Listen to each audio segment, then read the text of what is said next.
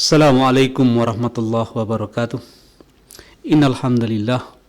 Salatu wassalamu ala Rasulillah wa ala alihi wa sahbihi wa mawalah. Amma ba'd. Pendengar satu radio dan pemirsa Rinjani TV yang dimuliakan Allah Subhanahu wa taala, kita mengucapkan puji syukur yang setinggi-tingginya kepada Allah Subhanahu wa taala atas segala limpahan rahmatnya kepada kita sekalian, serta selawat dan salam kepada junjungan kita Nabi besar Muhammad sallallahu alaihi wasallam, bahwa pada kesempatan hari ini kita bisa kembali hadir dalam bertemu silaturahmi dengan para pendengar dan pemirsa Rinjani TV dan satu radio melalui udara. Di kesempatan hari ini kita akan berbicara mengenai herba-herba, yaitu manfaat-manfaat tanaman obat yang berada di sekeliling kita untuk mengobati berbagai macam penyakit yang sering melanda kita, melanda keluarga kita, sehingga seawal mungkin kita bisa mengobati diri kita sendiri, bisa mengobati keluarga kita sendiri sebelum kita menjadi parah. Pengobatan herbal ini adalah pengobatan holistik, yaitu pengobatan secara alam. Holistik artinya ini adalah menyeluruh, yang sifatnya adalah preventif. Kita menjaga kesehatan kita, baru terasa mules, kita bisa minum obat dengan membuat sendiri herba-herba yang ada sekitar kita.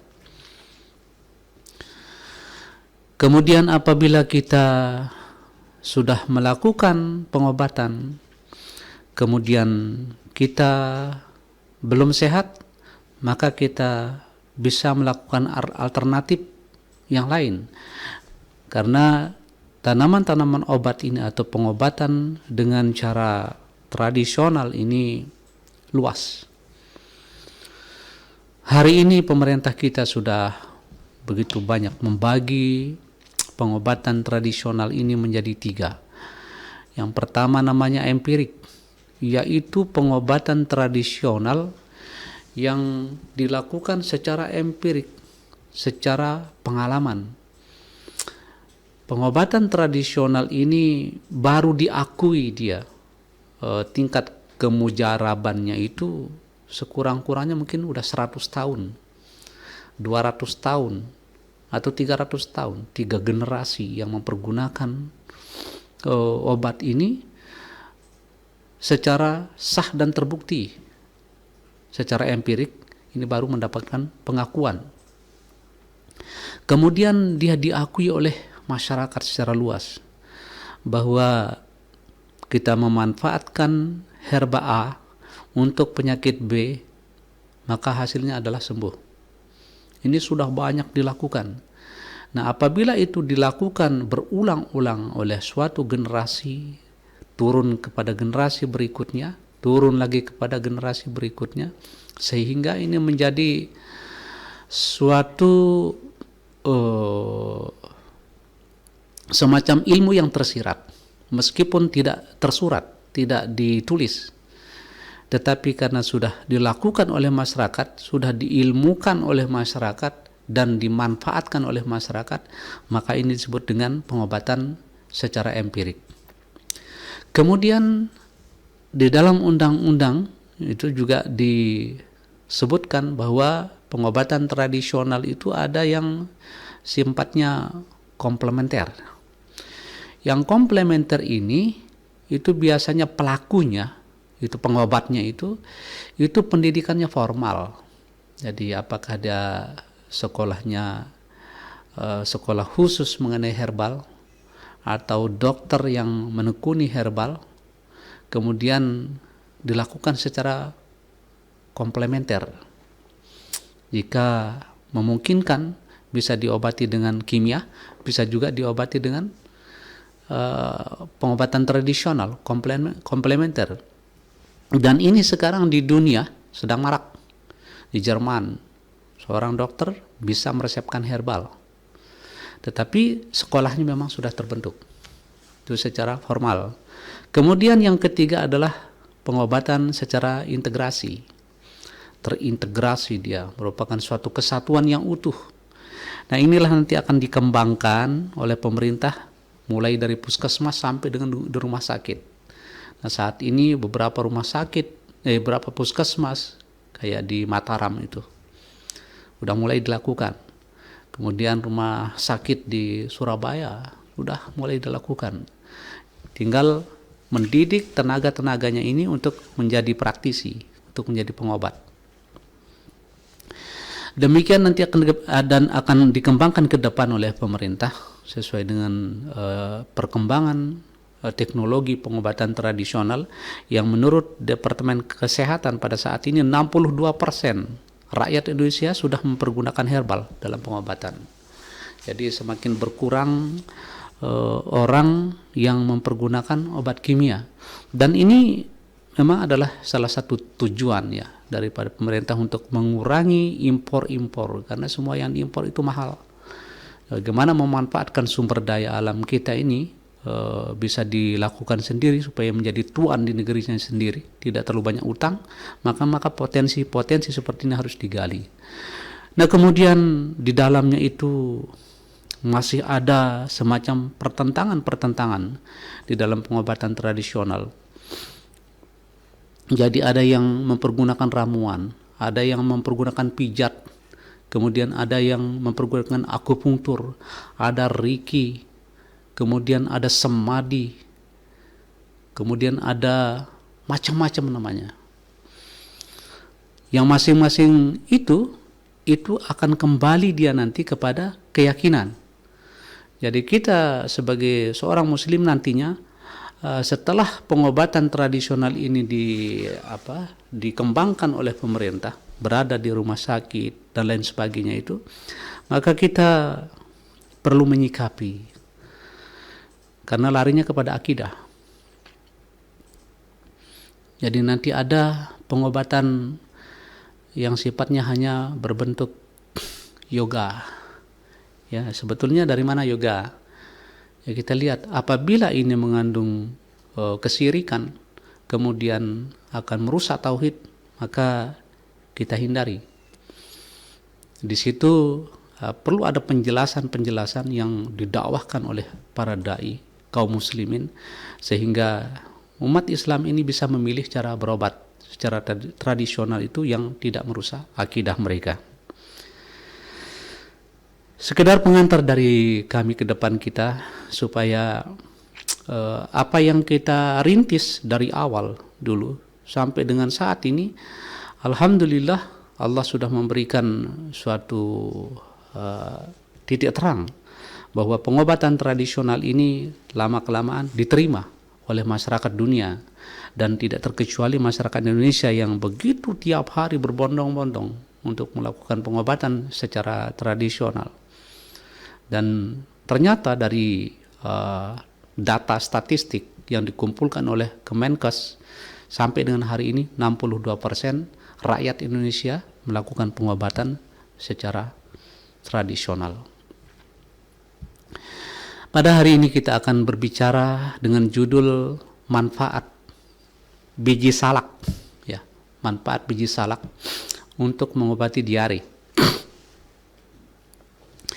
Salak ini adalah salah satu komoditas hortikultura, tanaman buah-buahan ya, yang buahnya itu sudah familiar kita kenal. Apabila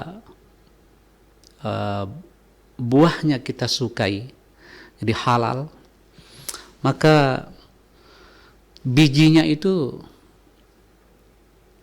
tidaklah terlarang untuk kita manfaatkan. Jadi selain fungsinya biji adalah untuk menjadi bibit, maka di dalamnya terkandung manfaat lain untuk kesehatan. Jadi biji salak ini dari hasil empirik yang cukup lama juga, udah ratusan tahun, serta hasil penelitian laboratorium menunjukkan bahwa di dalamnya itu terdapat banyak vitamin-vitamin ada kalsium, zat-zat mineral yang diperlukan oleh tubuh kita. Nah, dari hasil empirik diketahui bahwa di dalam buku Cabe Puyang itu nomor 19 ya, itu disebutkan biji salak yang sudah mulai bertunas. Jadi ada cikal bakal embrio yang sudah mulai bertunas, satu biji apabila itu digiling halus, diseduh dengan kira-kira 4 sendok air panas ya, 4 sendok makan maksudnya air panas, ditambahkan sedikit garam, kemudian itu kita aduk, kemudian kita saring, lalu diminum. Itu sudah kayak santan modelnya. Itu bisa dipergunakan untuk mengobati diare. Nah, ini yang kita coba kembangkan pada hari ini. Ternyata para pemirsa dan pendengar satu radio yang dimuliakan Allah Subhanahu wa taala, banyak sekali yang kita buang-buang setelah kita beli buah-buahan. Seperti contoh misalnya manggis, kulitnya tidak kita makan. Terus delima, kulitnya juga dibuang. Salak, bijinya dibuang. Rambutan, bijinya dibuang. Nah, ini bisa dimanfaatkan. Nah, secara herbal, kalau biji salak ini, itu bisa kita manfaatkan untuk mengobati diare. Demikian juga dengan kulit manggis. Bahkan hasil penelitian terakhir kekinian, itu disebutkan bahwa kulit manggis itu sudah melebar, dia bisa untuk mengobati sampai kanker, tumor, dan seterusnya. Demikian juga dengan kulit delima. Nah, kulit delima, kemudian kulit manggis, ini asal mulanya dulu itu adalah obat mencret. Ya, sama dengan biji salak. Kemudian ada satu lagi biji, yaitu biji rambutan, kita buang-buang juga. Biji rambutan apabila digoreng kering, dibuat menjadi kopi dia, ini sekarang bisa dimanfaatkan untuk mengobati kencing manis. Nah, kemudian bagaimana kita akan bisa memanfaatkan biji salak ini untuk mengobati diare? Apakah ada fungsi lain selain untuk diare? Berikutnya kita sedikit kupas ya, khusus untuk biji salak dulu. Karena untuk mengobati diare ini dalam buku Cabe Puyang saja itu disebutkan ada 19 ditambah 21 ya. Jadi 40 resep lebih yang biasa dipergunakan oleh orang-orang terdahulu kita. Jadi nenek moyang kita, nenek moyang bangsa Indonesia ini, karena yang namanya jamu ini berasal dari Indonesia. Tidak boleh negara lain mengklaim jamu. Jadi ketua GP Jamu Asia itu Indonesia. Jadi di sini sebutkan bahwa biji salak yang telah tumbuh satu biji, jadi biji salak itu nanti kalau disemai, dia akan tumbuh tunas. Nah, ini biasa dipergunakan. Kenapa harus dia tumbuh tunas? Ini belum diteliti, ini hasil empirik dulu, belum diteliti, dan itu secara turun-temurun terus dipergunakan. Alhasil bahwa apabila orang mencret, ini sembuh dia. Pertanyaannya, apakah kalau tidak bertunas tidak bisa dipakai untuk obat mencret? Nah, kita akan bahas setelah ini. Kemudian yang kedua, teknologi ya. Teknologinya itu yang berkembang sekarang ini, ternyata banyak juga yang memanfaatkan di beberapa belahan belahan pulau gitu di Indonesia, belahan pulau-pulau di Indonesia. Masing-masing kita ini memiliki cara pengobatan tradisional sendiri, sebagaimana kita memanfaatkan beras, bagaimana kita memanfaatkan ketan untuk membuat jajan. Jadi jajan ini kita buat macam-macam, ada yang dicampur gula pasir, ada dicampur dengan gula merah, ada yang digiling, ada yang ditumbuk, segala macam cara, sehingga setelah jadi jajan namanya lain-lain. Demikian juga perlakuannya. Nah, biji salak ini itu banyak dilakukan secara ditumbuk. Karena dahulu tidak ada blender. Apakah sekarang boleh di blender? Boleh. Jadi karena dulu tidak ada alat, maka pakai dengan cara digiling lembut. Kemudian diseduh dengan air tambah garam sedikit, kemudian disaring, diperas dia. Nah, air patinya itu bisa diminum untuk dijadikan obat mencret. Nah, hari ini bahkan ada yang secara sederhana, cara praktis, karena orang maunya praktis. Diambil misalnya 10 biji, 20 biji, 30 biji, berapa yang ada, satu kobokan. Dicuci bersih. Kemudian direbus begitu saja dengan air. Berapa jumlah air? Secukupnya aja. Jadi kalau misalnya satu kobokan sekedar hilang dengan air, udah direbus. Nanti jadi setengahnya, airnya itu diminum. Ternyata bisa juga berpengaruh terhadap kesembuhan diare. Jadi kalah coba, menang coba, yang penting hasilnya. Alhasil bahwa dari kesimpulan kita, apapun jenis obat ini, kemudian yang pertama syaratnya ini barangnya halal. Ya, minimal kita mubah melakukan itu, baik dengan menyangkut barangnya, kemudian cara melakukannya itu mubah atau wadah yang dipergunakan. Tidak ada unsur-unsur yang lain. Apakah ini harus dijampi dulu dan lain sebagainya? Tidak ada persyaratan yang demikian. Jadi ini yang mubah-mubah saja yang kita lakukan. Kemudian setelah kita blender misalnya, kalau pemanfaatan blender saat ini, berapa jumlahnya? Kita coba berapa? 1 genggam, 15 biji, 10 biji, terserah kita. Kemudian kita coba airnya berapa? Mau pekat, mau encer, kita serahkan. Mau dikasih gula, mau dikasih garam, yang penting mubah dulu. Kemudian diminum. Ini namanya empirik, ya. Ini namanya empirik. Setelah kita minum, lalu kita tahu hasilnya. Hasilnya adalah kesembuhan. Bahwa yang tidak boleh adalah kita mengatakan bahwa setelah saya berobat dengan cara begini maka saya sembuh. Jadi banyak yang sekarang kita dengar bahwa tidak bisa penyakit kanker sembuh dengan cara herbal. Ini adalah suatu kesirikan, ya. Jadi seolah-olah satu cara saja yang kita pergunakan baru dia sembuh. Bukan cara yang menyembuhkan kita, maka Allah Subhanahu wa taala yang sembuhkan sakitnya orang. Ini karena beredar, ya, rumor di rekan-rekan klin kami yang pasien-pasien mengatakan ini tidak bisa sembuh pakai begini. Namanya satu ilmu. Boleh. Jadi ilmu yang satu mengatakan, ini tidak bisa dengan cara begini. Sah-sah saja. Tetapi kita tidak boleh meyakini bahwa satu cara ini langsung dengan cara ini menyembuhkan kepada penyakit itu. Cara ya cara, teknologi ya teknologi, barang tetap barang. Ya, barang ini namanya apakah dia berbentuk minuman salak yang sudah kita giling, ini barang mati, tidak mungkin akan hidup lagi. Barang mati bisa menyembuhkan orang yang sakit, ini secara akal kan mustahil. Tapi sesungguhnya ini adalah teknologi, metodologi pengobatan yang kita lakukan. Yang penting memenuhi syarat-syarat yang kami sebutkan tadi itu sah dilakukan, maka Allah Subhanahu wa taala yang akan menyembuhkan penyakit itu. Karena Allah yang menyembuhkan penyakit ini.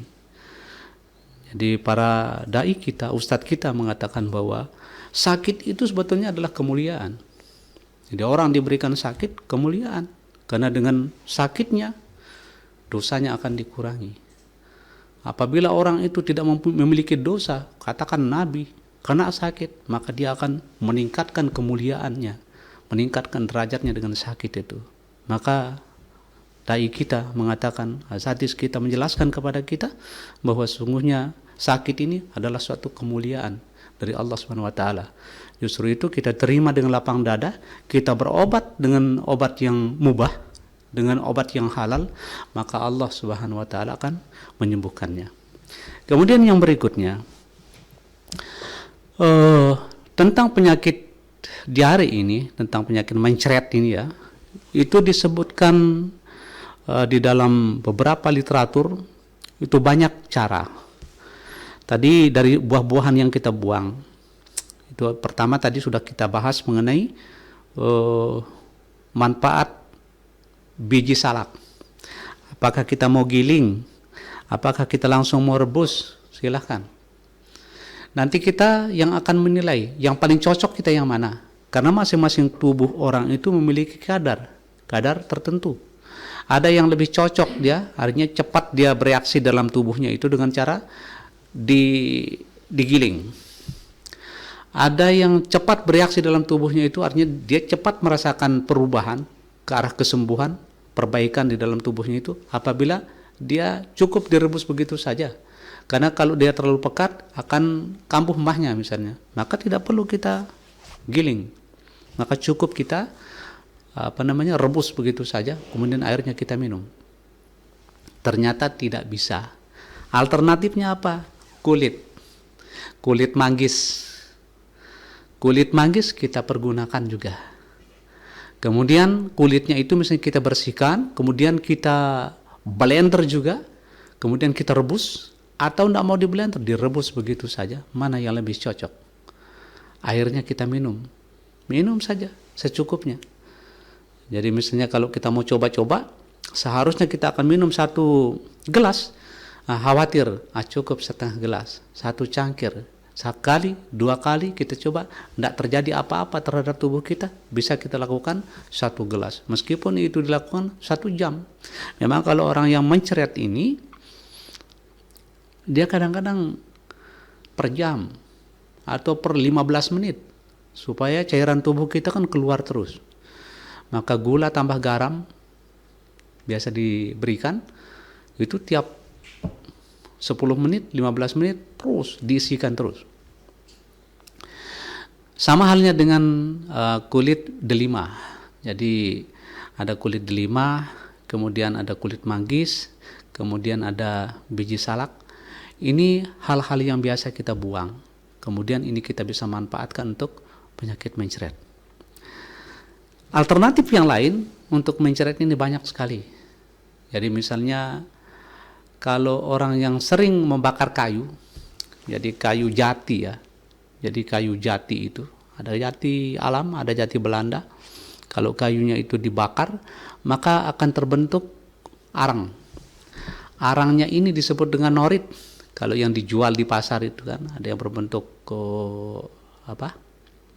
ada yang berbentuk pil warna hitam. Nggak tahu sekarang ya, dulu masih kira-kira tahun 70-an, awal tahun 80-an itu masih banyak beredar di pasar. Nah itu dibuat dari arang kayu jati, itu namanya norit. Kalau kita minum sekaligus 4 atau 5, itu biasa mencret kita itu reda dibuat. Kemudian ada bungkil pisang, jadi kalau tempat tumbuhnya akar pisang itu, kalau bahasa Lomboknya bungkil namanya. Nah, kalau bahasa Indonesia mungkin janggalnya itu ya, janggal pisang itu. Itu sering juga dimanfaatkan oleh orang. Jadi diparut ya, orang dahulu kala diparut, ditambah garam, agak banyak memang garamnya, airnya itu diminum. Mencretnya juga akan reda. Memang alternatifnya banyak. Nah sekarang yang mana yang akan kita pilih? Yang pertama, yang paling mudah kita dapatkan. Kemudian yang kedua, cari yang paling cocok. Nah yang paling cocok ini tentunya kita pernah mencoba ABCD yang tadi itu. Jadi sekian jumlah alternatif yang diwariskan kita oleh nenek moyang kita dahulu kala, dan mana yang paling cocok buat kita, itulah yang kita amalkan selanjutnya.